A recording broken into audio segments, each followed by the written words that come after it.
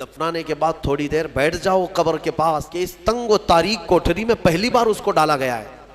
زندگی بھر کبھی اتنے چھوٹے گڑھے میں نہیں سویا. قدر گھبراہٹ ہوتی ہے, بہت گھبراہٹ ہوتی ہے. یہ مت سمجھنا کہ مردے کو اب کچھ پتہ نہیں چلتا. یہاں قرآن پاک پڑھتے وقت تمہارے اندر رقت طاری ہو تو سمجھ لینا ایمان بھر گیا ہے. قرآن کی یہ صفت بتائی گئی وَإِذَا تُلِيَتْ عَلَيْهِمْ آيَاتُهُ زَادَتْهُمْ ایمانا. یہ کون لوگ ہیں جو اللہ تبارک و تعالیٰ کے پرہیزگار بندے کون ہوتے ہیں؟ ان کے بارے میں اللہ فرما رہا ہے کہ جب ان کے پاس قرآن کی آیتیں تلاوت کی جاتی ہیں تو ان کا ایمان بڑھ جاتا ہے. وَجِلَتْ قُلُوبُهُمْ, ان کا دل ہلنے لگتا ہے شوق سے اللہ کی بارگاہ میں. حضرت امام اعظم ابو حنیفہ رحمۃ اللہ تعالیٰ علیہ مغرب کی نماز کے لیے حاضر ہوئے.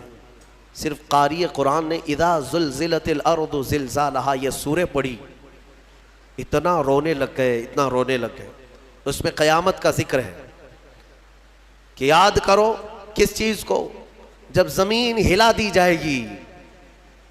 وَأَخْرَجَتِ الْأَرْضُ أَثْقَالَهَا, اور زمین کے اندر کی ساری بوجھل چیزیں نکال دی جائیں گی باہر, زمین سب اگل دے گی. اور سورہ قاریعہ میں اللہ نے فرمایا یوم یکون الناس کالفراش, لوگ اس دن پتنگوں کی طرح ہوں گے, اڑ رہے ہوں گے. وَتَكُونُ الْجِبَالُ كَالْعِهْنِ, اور پہاڑ روئی کے پھاہے ہوتے, روئی کے اس طرح پہاڑ جو ہے ہواؤں میں اڑ رہے ہوں گے. پورے بڑے بڑے پہاڑ روئی کے پھاہے کے طرح اڑ رہے ہوں گے. اللہ نے قرآن پاک میں جو قیامت کے تذکرے فرمائے, امام اعظم ابو حنیفہ صرف سورہ زلزال پڑھتے رہ گئے. عشاء کا وقت آیا, عشاء پڑھی, پھر کھڑے ہو گئے, صرف یہی اذا زلزلت الارض زلزالہا اسی میں رہ گئے. اتنا روتے تھے, اتنا روتے کہ ان کی داڑھی سے آنسوؤں کا پانی ٹپ ٹپ ٹپ گرنے لگا مسجد کے اندر. آپ کی عمر اس وقت قریب 70 سال کی ہے, قریب 70 سال کی.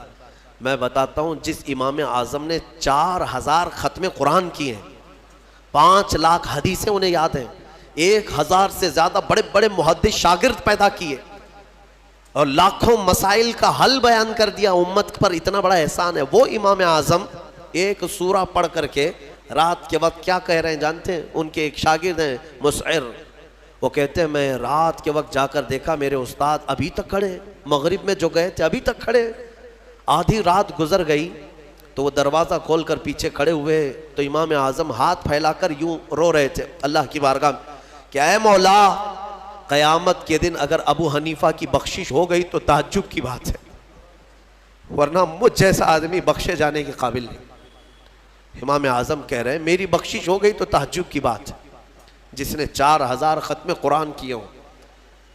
اور پھر یوں کہتے ہیں مولا میرے پاس بخشے جانے کے لائق کچھ ہے نہیں سوائے سفید داڑھی کے, اور تو نے فرمایا ہے کہ سفید داڑھی والے کو عذاب دینے میں مجھے حیا آتی ہے, مولا میری سفید داڑھی کو دیکھ کر مجھے معاف کر دینا. یہ قرآن میں محو ہونے والوں کا انداز ہے. اور ہمارے ہاں برسوں ہو جاتے ہیں ہم خوف الہی سے نہ روتے ہیں نہ ہی ہمارے جسم ہلتے ہیں. ہمیں کس چیز کا غرور ہے, ہمیں کس چیز سے اتراؤ ہے, کیا ہے ہمارے پاس؟ دنیا کے جو سب سے اچھے لوگ تھے وہ صحابہ تھے. ایک بار وہ زور سے ہنس رہے تھے تو میرے آقا نے صرف ان کو اتنی بات پر پوچھا کیا تم سبوں نے قیامت کی تیاری کر لی؟ تو اتنی زور سے ہنستے کس بات پر ہو؟ صحابہ ہنسنا بند کر دی.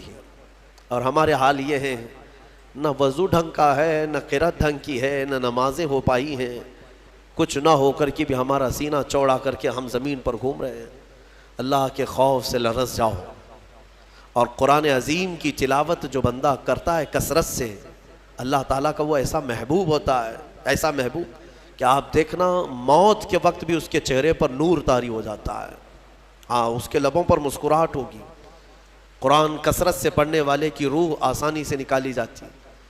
امام احمد بن حنبل بڑے امام ہیں, فرماتے ہیں نزا کیا وقت تھا ان کے, اور اس وقت سے کوئی باہر آتا نہیں, لیکن اللہ تبارک و تعالیٰ جسے چاہے موت کے منہ سے نکالے. ان کے ساتھ ایسا ہوا کہ قریب موت کا وقت آ گیا اور سانس جو ہے پھڑکنے لگ گئی, ہلکی ہلکی ہو گئی لگتا کہ اب روح نکلے گی، تب روح نکلے گی، اسی اسنا میں وہ کہتے ہیں کہ شیطان قریب آ گیا، شدت کی پیاس لگی تھی، اور شیطان، کس کی بات کر رہا ہوں؟ امام احمد بن حنبل کی، شدت کی پیاس لگی تھی اور وہ پانی لے کر قریب آیا اور بار بار مجھے اپنی طرف بلاتا تھا، کیونکہ پانی کے لیے آدمی کہیں پر بھی چلا جائے۔ وہ کہتے ہیں کہ مجھے اندازہ تھا کہ یہ ابلیس ہے، مجھے بہکا رہا ہے، لیکن پانی کی خواہش بھی ہے۔ اور اس کے بعد وہ آپ سے بحث کرنے لگا کچھ معاملات پر، موت کے قریب، جبکہ بولنے کی طاقت بھی نہیں۔ تو اچانک ایک خوبصورت نوجوان آیا، اس نے گھونسے مار مار کر کے شیطان کو بھگا دیا، شیطان بھاگ گیا، ڈر کر کے بھاگا۔ امام احمد بن حنبل کہتے ہیں مجھے سکون ہوا، کم سے کم اس کی شرارتوں سے بچ گیا۔ وہ نوجوان اتنا حسین تھا، بہت خوبصورت تھا۔ میں نے اس سے پوچھا کہ میں نے تجھے زندگی میں کبھی دیکھا نہیں، تو کون ہے؟ وہ نوجوان کہتا ہے احمد بن حنبل، میں سورہ یاسین ہوں، جس کو تم روزانہ تلاوت کرتے تھے۔ اللہ نے مجھے آج یہ شکل دی اور اس ابلیس کو میں نے مار کر بھگایا کہ تمہاری نزع میں وہ تمہیں گمراہ نہ کر سکے۔ بہرحال یہ کیفیت ان کی ختم ہوئی، آپ نے یہ بیان کیا، پھر بعد میں دوبارہ آپ شاید نزع کے عالم میں گئے اور انتقال ہوا۔ لیکن میرے عزیزو، اندازہ کرو، اتنے بڑے امام جن کا حال یہ ہے کہ لاکھوں حدیثوں کے وہ حافظ ہیں، ان کے ساتھ ابلیس اخیر وقت میں ایسے شدت سے گمراہ کرنے کی کوشش کرتا ہے، تو ہمارا اور تمہارا کیا حال ہوگا؟ اگر کوئی چیز اس وقت بچائے گی تو یہ اللہ کا کلام۔ یہاں تک کہ جب قبر میں دفن کر کے لوگ چلے جاتے ہیں تو قبر کے حالات بہت سخت ہیں۔ قبر بڑی چھوٹی ہے، ہم خود ہی کھودتے ہیں، جانتے ہیں کتنی قبر ہوتی ہے۔ اپنے مردوں کو آپ دفنا کر کے آتے ہیں، اتنی ہوتی ہے کہ کروٹ بھی نہیں لے پاتا مردہ، اور وہ بھی اس کو اتنا ٹائٹ کر کے نیچے پتھر یا اینٹ، یہ ڈھیلے سب رکھ کر کے قبلے کی طرف کر کے اس کو بند کر کے آ جاتے ہیں۔ پتہ ہے کس قدر گھبراہٹ ہوتی ہے، بہت گھبراہٹ ہوتی ہے۔ یہ مت سمجھنا کہ مردے کو اب کچھ پتہ نہیں چلتا، یہاں تک کہ حدیث میں ہے تمہارے چلنے کے چپلوں کی آواز تک وہ مردہ سنتا ہے۔ بولنے کی آواز تو چھوڑے، چلنے کی آواز بھی وہ قبر میں سنتا ہے۔ ہر چیز، زندوں کے کانوں سے زیادہ کان اس کے تیز سنائی دیتا ہے اس کو۔ اور جب لوگ چھوڑ کر کے جا رہے ہوتے ہیں، وہ اس قدر گھبراہٹ کا شکار ہوتا ہے کہ اس تنگ و تاریک کوٹھری میں پہلی بار اس کو ڈالا گیا ہے۔ زندگی بھر کبھی اتنے چھوٹے گڑھے میں نہیں سویا۔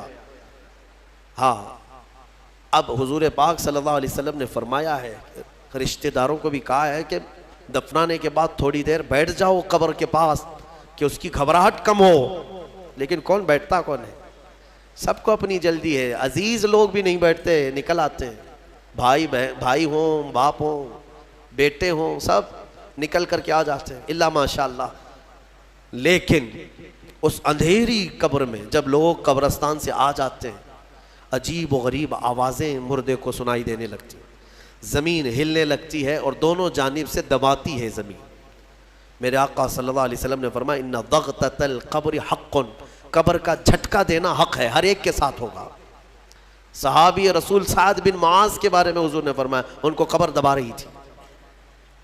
قبر سب کو دبائے گی، لیکن کچھ کو ایسے دبائے گی کہ ان کی ہڈی پسلیاں الگ ہو جائیں، اور کچھ کو محبت سے دبائے گی۔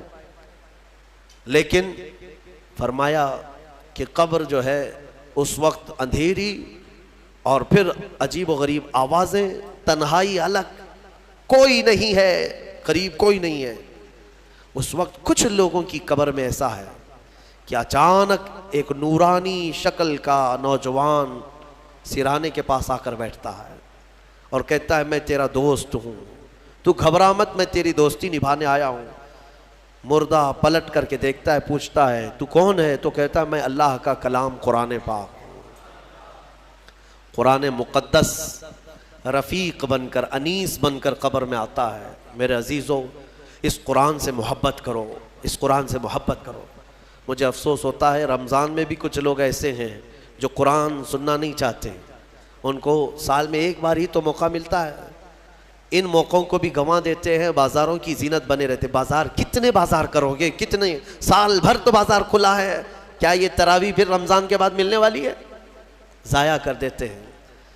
ایک تو تم حافظ قرآن ہو نہیں، قرآن گھر میں پڑھتے نہیں، ایک حافظ تمہارے ہاں آ گیا سنانے کے لیے اللہ کا کلام، اس کے لیے بھی پیچھے بھاگ جا رہے ہو، تو گویا کہ تم قرآن کے ساتھ بہت ناانصافی کر رہے ہو، قرآن کو پیٹھ پیچھے ڈال چکے، اس کے حقوق نہیں ادا کرتے۔ گھروں میں جا کر کے دیکھو تو بہت اونچے طاق پر اس کو رکھ دیا ہے، قرآن پر تو اتنی دھول جمع ہوتی ہے کہ اتنی دھول نہ فریج پر نہ ٹی وی پر، ٹی وی اور فریج اور واشنگ مشین تو روز صاف ہو جاتے ہیں، قرآن پاک پر ہاتھ بھی نہیں لگتا۔ کیوں قرآن کے ساتھ یہ دوہرا سلوک ہے؟ یہی تو ہے میرے عزیزو، درس قرآن اگر ہم نے نہ بھلایا ہوتا، یہ زمانے نے زمانہ نہ دکھایا ہوتا۔